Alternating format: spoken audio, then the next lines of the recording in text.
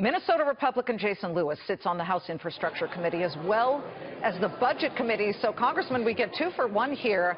The deficit hawks on the Republican side and the Senate Democrats, who just a few minutes ago said, well, they call it the nuclear option because there is fallout, and the fallout would be that we won't vote for this stuff. How do you expect there's a pathway to get, let's say, infrastructure passed through? Well, we have to view everything through the prism of a $20 trillion debt. There's no question about that. But if we can get health care reform done, and there's talks going on now, as you referenced, we can get to tax reform, especially C-Corp tax reform, and repatriate what some people are saying is not $1 trillion overseas in sitting cash, but maybe $2 or $3 trillion. And with that, we can put a pretty big down payment on the infrastructure plans. And I would add one more thing. You know, the wall notwithstanding, we want infrastructure that makes a return on investment. This isn't just some Keynesian stimulus plan. It is a return, roads and bridges and airports that will increase economic growth and national income. I get all that, but let's go to what you just said, tax reform. Sure. I wouldn't say the window's closing on the August deadline date that Stephen Mnuchin, the Treasury Secretary, promised Arnil Cavuto. He said it'll be signed and sealed and delivered by August, by the August recess, but it is getting a little closer to that. Is the window at least coming down a bit because there's a draft in here when it comes to whether you'll get the votes? Well, we've got to get through fiscal year 17 and the health care reform. That saves us roughly $1 trillion in the ObamaCare exchanges.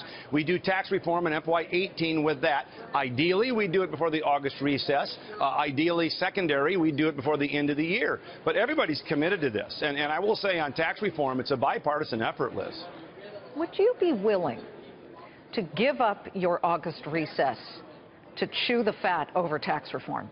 I'm asking this because I think there are some business people now running the White House who are used to everybody in their offices in the past dropping everything and working 24/7 to get something accomplished. Would you guys be willing to do that?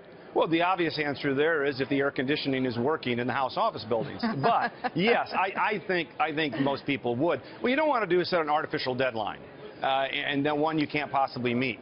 But if it means staying longer through recess, of course everybody's committed to that. Look, this is an opportunity, at least for the Republican majority since 1980, to do really big things on health care reform. And the health care reform goes back beyond the Affordable Care Act. It goes back through HIPAA, through 1965 third-party payers, through wage and price controls in World War II. This is global health care reform we need to get done. Move on to tax reform, as you know, which hasn't been done since 1986, and repatriate some of those trillions of dollars in overseas profits sitting there to help rebuild America. Boy, it all sounds good.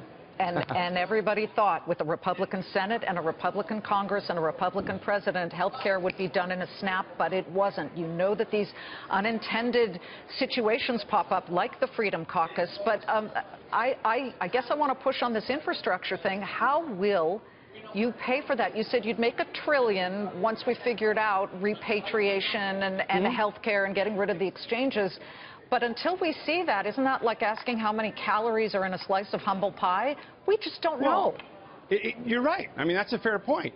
This is done in sequence. This is why getting health care reform done, and I would say keep hope alive on that front. That's why it's so important. Then you move on to tax reform. Then you can do some of the infrastructure things we want. By the way, the president's comments calling these tradesmen and women artists today is music to my ears. Because I sit on the Education Higher Ed Committee in T&I, or Ed and Workforce, I should say, and we need more career technical training. We need people, this workforce skills gap, to match folks with jobs that are marketable. And that's what we're going to try to do. Yeah, but you got to pay them. And there is that law, the Davis-Bacon Act, which says you've got to pay people the prevailing wage. Are you willing to stand by that?